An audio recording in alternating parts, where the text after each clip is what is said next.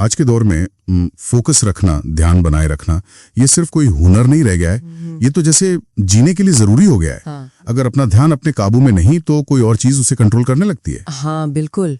और नतीजा, हम दिन भर लगे रहते हैं, खूब मेहनत करते और हैं, लगता है कि कहीं पहुंच नहीं रहे। सही, एकदम। तो आज हम जिन स्रोतों पर बात कर रहे हैं वो इसी चीज की गहराई में जाते हैं कि हमारा ध्यान कैसे बंटता है और इसे वापस कैसे पाया जाए। हाँ, मतलब ये समझना कि ये भटकाव आता कहाँ से। स्रोत कहते हैं कि माहौल ही ऐसा बन गया है। बिल्कुल, माहौल हमें लगातार भटकाने के लिए जैसे तैयार किया गया है, पर अच्छी बात यह है कि कंट्रोल वापस लिया जा सकता है। तो आज की बातचीत का मकसद यही है, समझना कि ये बाहरी दुनिया कैसे ध्यान खींचती है और हम कैसे सोच समझकर इसे वापस ला सकते हैं। कुछ प्रैक्टिकल तरीकों पर भी बात करेंगे। हाँ जरूर। तो पहली चीज जो स्रोतों में बार बार आती है वो है प्रोग्राम्ड भटकाव। ये सुनने में थोड़ा भारी शब्द लगता है, प्रोग्राम्ड। हाँ, प्रोग्राम्ड मतलब ये सिर्फ इत्तेफाक नहीं है कि ध्यान भटक रहा है। स्रोत ये बताते हैं कि कई सिस्टम्स जैसे सोशल मीडिया, न्यूज अलर्ट्स, इन्हें जानबूझकर ऐसा बनाया गया है। अच्छा। हाँ, कि हमारी आदतें, हमारा ध्यान वो उनकी तरफ मुड़ जाएं। हर स्क्रॉल, हर वो पिंग की आवाज, वो अनजाने में हमारे विचारों को, हमारी प्राथमिकताओं को बदल रही है। मतलब ये सिस्टम हमारी ऊर्जा, हमारा वक्त, हमारा ध्यान चाहते हैं, हमारी कामयाबी नहीं। बिल्कुल, वो चाहते हैं कि हम लगे रहें, स्क्रॉल करते रहें। इसका एक क्लासिक उदाहरण जो स्रोतों में दिया है, सुबह उठते ही सबसे पहले फोन देखना। ओ हाँ, बिल्कुल। ये दिखाता है कि कैसे दूसरों का एजेंडा, दूसरों की बातें हमारे दिन पर हावी हो जाती हैं, इससे पहले कि हम खुद तय करें कि आज हमारे लिए क्या जरूरी है। हाँ, और ये सिर्फ सुबह की बात नहीं है। एक और दिलचस्प पहलू जो सामने आता है वो है शोर और ड्रामा की लत, एडिक्शन। हाँ, एक तरह की लत। ऐसा लगता है जैसे हमें लगातार किसी न किसी चीज की उत्तेजना की, शोर की या ड्रामे की आदत पड़ गई है। शांति में मतलब खालीपन सा लगता है। हाँ, असहज। सही बात है, कई बार शांति उबाऊ लगने लगती है। और ये जो लगातार भटकाव है, ये सिर्फ वक्त खराब नहीं करता, ये हमें अंदर से कमजोर भी बनाता है। हाँ, वो सोचने समझने की, कुछ नया बनाने की जो दिमागी ताकत है, वो सारी ऊर्जा इस बाहरी शोर शराबे में ही खर्च हो जाती है। स्रोतों का यही तर्क है कि हमें अपने ध्यान को अपनी सबसे कीमती दौलत समझना चाहिए, सबसे वैल्यूएबल करेंसी। हाँ, ये अच्छा नजरिया है। इसे यूं ही फालतू के शोर पर खर्च नहीं करना चाहिए। और ये सिर्फ विल पावर की कमी नहीं है। अच्छा, ये उससे ज्यादा गहरा है। स्रोत इसे कहते हैं दिमाग का हाईजैक हो जाना। हाईजैक? हाँ, जैसे तकनीक, मीडिया, एल्गोरिदम्स, ये सब हमें लगातार उलझाए रखने के लिए ही बने हैं। एल्गोरिदम्स अक्सर वही दिखाते हैं जो ज्यादा इमोशनल रिएक्शन लाए, है ना? बिल्कुल। भले ही वो चीज हमारे भले की ना हो। ये तो डरावना है थोड़ा।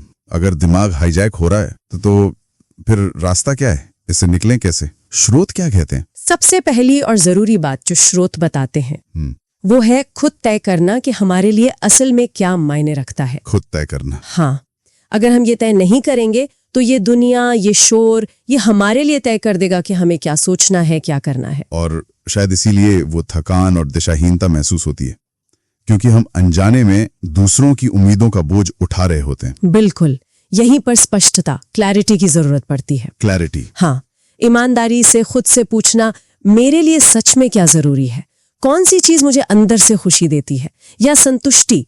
कौन सा काम मुझे लगता है कि हाँ, मैं आगे बढ़ रहा हूँ।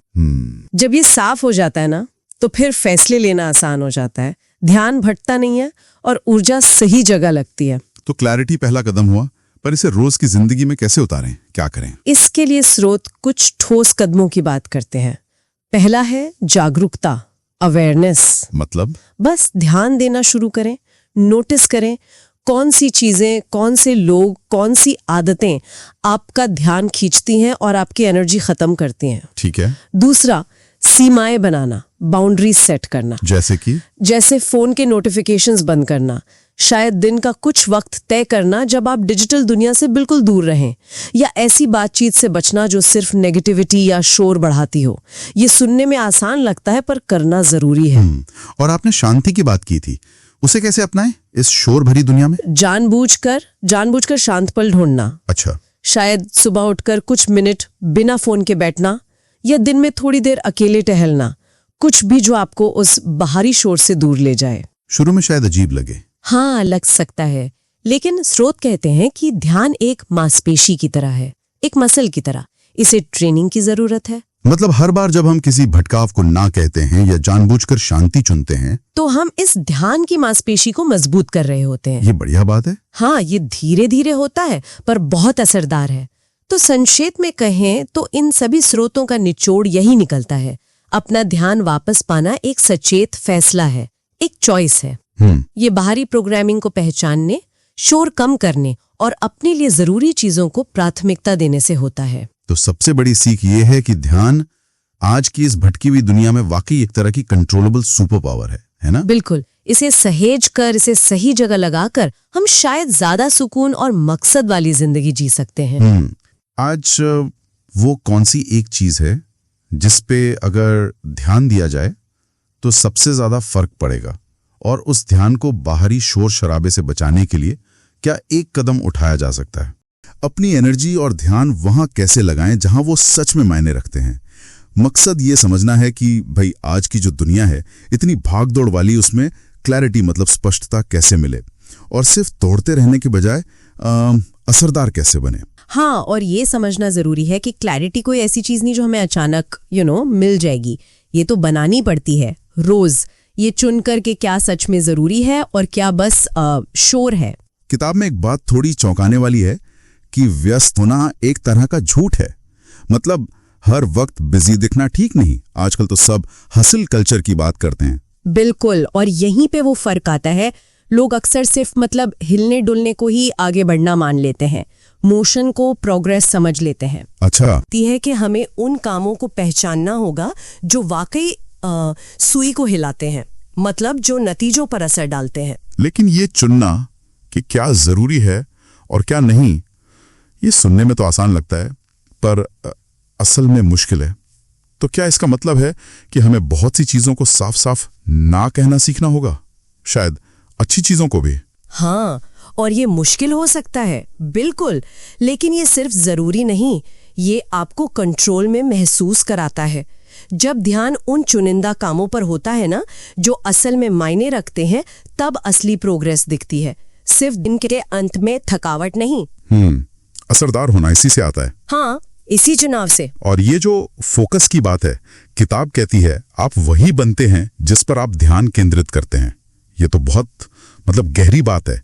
हमारा ध्यान सिर्फ हमारे काम को नहीं, हमें खुद को बना रहा है। सही कहा, एकदम।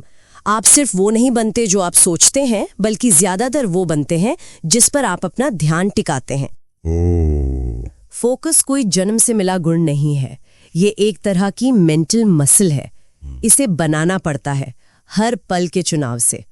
अगर ध्यान भटक रहा है तो जिंदगी भी भटकी हुई लगेगी। सही बात है। और अगर ध्यान सीखने पर है, ग्रोथ पर है, तो वही जिंदगी की दिशा बन जाती है। और आज के टाइम में ध्यान टिकाना कितना मुश्किल है। फोन बजता है, नोटिफिकेशन आता है। हाँ, बिल्कुल। सारा फोकस चला जाता है। ऐसा लगता है जैसे ध्यान खींचने वाली चीजों की बाढ़ सी आ गई है। इसीलिए अपने लक्ष्य या मिशन को लेकर एकदम साफ होना, वो क्लैरिटी होना बहुत जरूरी है। जब पता हो कि पहुंचना कहाँ है, तो रास्ते में जो चीजें ध्यान भटकाती हैं, उनको मना करना आसान हो जाता है। अच्छा, हर ना कहना एक तरह से अपनी एनर्जी बचाने जैसा है, उस जरूरी काम के लिए हाँ कहने जैसा। हाँ, ये सही है। अच्छा, किताब में एक और जबरदस्त बात है कि 100 चीजें एक साथ करने से अच्छा है वो एक सबसे जरूरी चीज पहचानो और पूरी ताकत उसी में लगा दो। इसे कहा गया है सरल बनाओ, हावी हो जाओ, दोहराओ। Simplify, dominate, repeat. हाँ, ये उस सोच के बिल्कुल उलट है जो मानती है कि चीजें जितनी कॉम्प्लेक्स होंगी उतनी अच्छी होंगी। किताब का तर्क है कि महारत मतलब मास्टरी वो सरलता से आती है। कम चीजों पर गहरा फोकस ज्यादा चीजों पर थोड़ा थोड़ा करने से कहीं बेहतर। तो इसका मतलब हुआ अपनी जिंदगी को आसान बनाना, उन कामों को, आदतों को, शायद रिश्तों को भी कम करना जो उस एक चीज से ध्यान हटाते हैं। ये तो सुनने में थोड़ा डरावना सा लगता है। हाँ, और इसमें हिम्मत चाहिए, बिल्कुल चाहिए, क्योंकि इसमें चुनाव है और फिर उस पर टिके रहना है। कमिटमेंट है। लेकिन यही फोकस और वो जो मोमेंटम कहते हैं ना, वो बनाने का तरीका है। सोचिए, एक लेखक है जो सोशल मीडिया भी कर रहा है, ब्लॉग भी लिख रहा है, पॉडकास्ट भी, सब एक साथ। आजकल बहुत लोग करते हैं। और एक दूसरा लेखक है जो सिर्फ अपनी किताब लिखने पर फोकस करता है, सरल बनाना, उसे बेस्ट बनाना और फिर अगली किताब पर यही करता है, दोहराना, असर किसमें ज्यादा होगा? हाँ, दूसरे वाले में शायद। स्पष्टता और गति। बिल्कुल। सरलता यही लाती है। आखिर में एक और दिलचस्प बात कि हमारे दिमाग को ना एक तरह की निश्चितता, सर्टेनिटी पसंद है, और ये सर्टेनिटी इंतजार करने से नहीं बल्कि अपने लिए सिस्टम बनाने से आती है। ये बहुत बहुत जरूरी पॉइंट है, सिस्टम्स। जैसे मान लीजिए सुबह की कोई रूटीन है या हर हफ्ते कामों की प्लानिंग करना। ये हमें रोज रोज के छोटे छोटे फैसले लेने की जो दिमागी थकान होती है ना, डिसीजन फैटीग, उससे बचाते हैं। एनर्जी बचती है मुश्किल कामों के लिए। अच्छा। मोटिवेशन तो आता जाता रहता है, पर एक अच्छा सिस्टम वो भरोसेमंद होता है, ज्यादा रिलायबल है ना? लेकिन क्या सिस्टम कभी कभी बहुत ज्यादा सख्त या बंधे हुए नहीं लगते? क्या उनमें थोड़ी फ्लेक्सिबिलिटी, लचीलेपन की गुंजाइश नहीं होनी चाहिए? जरूर होनी चाहिए। सिस्टम कोई पत्थर की लकीर नहीं है, लेकिन उनका मेन मकसद है डिसिप्लिन और कंसिस्टेंसी लाना, वो भी बिना विल पावर, मतलब इच्छा शक्ति पर पूरी तरह निर्भर हुए। इच्छा शक्ति तो लिमिटेड होती है, खासकर जब थके हो या मूड ना हो। एक अच्छा सिस्टम तब भी आपको आगे बढ़ाता है। आप रिएक्ट करने के बजाय अपने दिन को लीड करते हैं। तो इन सब बातों का निचोड़ क्या है, सार क्या निकलता है? अब बस बिजी दिखने के बजाय असरदार बने, समझे कि ध्यान कहां जा रहा है, क्योंकि वही पहचान बना रहा है। हाँ, सबसे जरूरी एक चीज पर एनर्जी लगाएं और स्थिरता के लिए सिस्टम बनाएं। बिल्कुल। ये सब आखिर में रोज के छोटे छोटे चुनावों पर आता है। आप अपना ध्यान कहाँ लगाते हैं, किसे हाँ कहते हैं, किसे ना। यही चुनाव मिलकर एक फोकस्ड और मतलब वाली जिंदगी बनाते हैं। अक्सर हमें लगता है कि बस थोड़ी और इच्छा शक्ति चाहिए, है ना? बिल्कुल। पर ये जो स्रोत हम देख रहे हैं, ये कहते हैं कि असली तरक्की एक मजबूत सिस्टम यानी एक प्रणाली बनाने से आती है। बिल्कुल। और आजकल ध्यान भटकना, टालमटोल करना, ये तो खैर आम बात हो गई है। हाँ, तो अगर ये सब महसूस हो रहा है तो हो सकता है इन स्रोतों में कुछ काम की बातें मिलें। बिल्कुल। आज का हमारा मकसद यही है कि इन स्रोतों से वो व्यवहारिक तरीके निकालें जिनसे अपने दिमाग और अपने कामों पर थोड़ा बेहतर कंट्रोल पाया जा सके। अच्छा। हम देखेंगे कि कैसे इरादों के बजाय प्रोसेस पर ध्यान देना, छोटी छोटी आदतें बदलना और सही सोच रखना, ये सब मिलकर बड़े नतीजे दे सकते हैं। तो पहली बड़ी बात जो सामने आती है वो यही है, सिस्टम जो है वो इच्छा शक्ति से ज्यादा भरोसेमंद है। हाँ। स्रोत बिल्कुल साफ कहते हैं कि सिर्फ विल पावर के भरोसे रहना वो ऐसा है जैसे बिना पतवार की नाव चलाना। सही बात।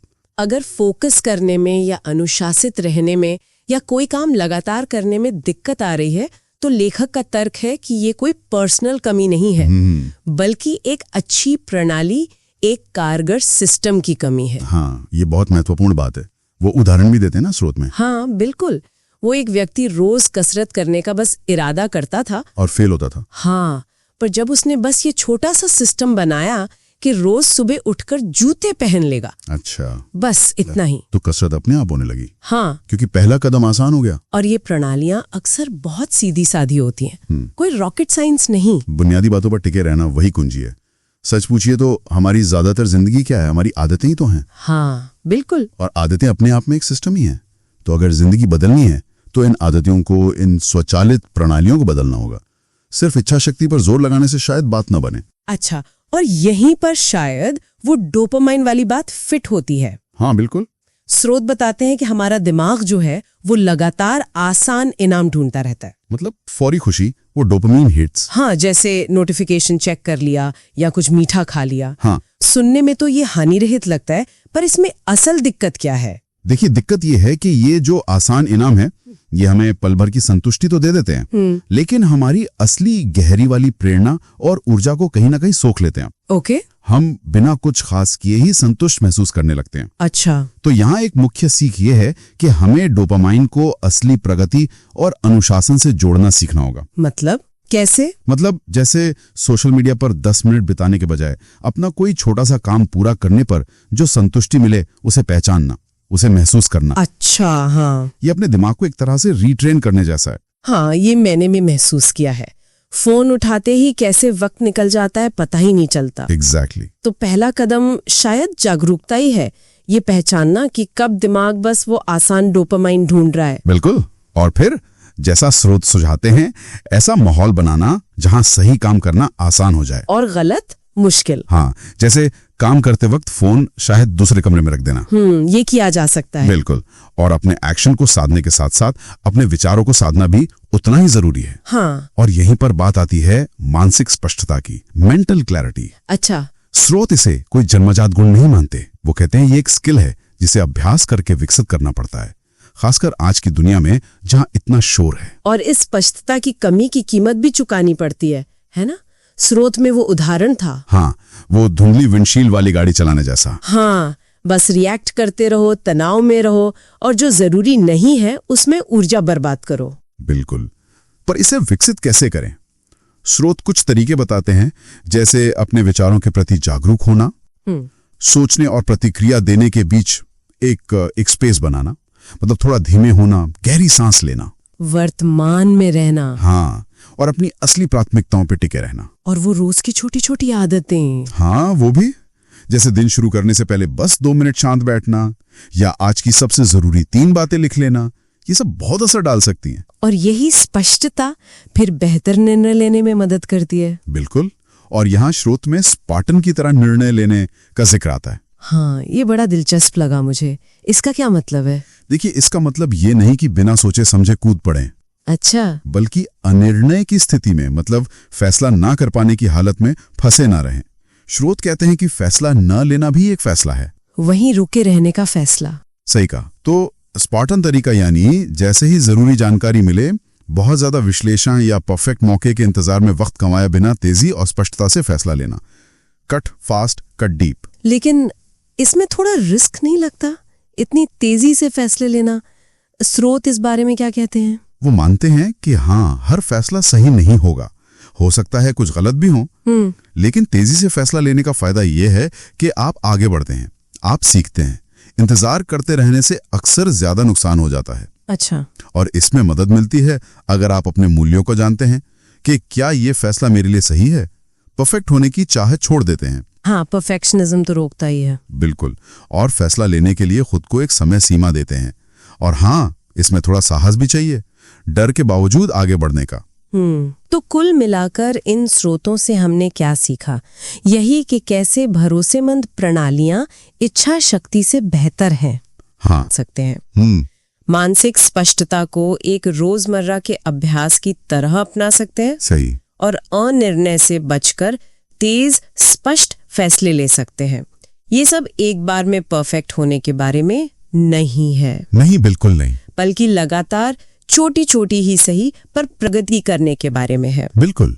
और ये तरीके सिर्फ तकनीकें नहीं हैं, ये अपने मन के साथ, अपने दिमाग के साथ, अपने रिश्ते को बेहतर बनाने के औजार हैं।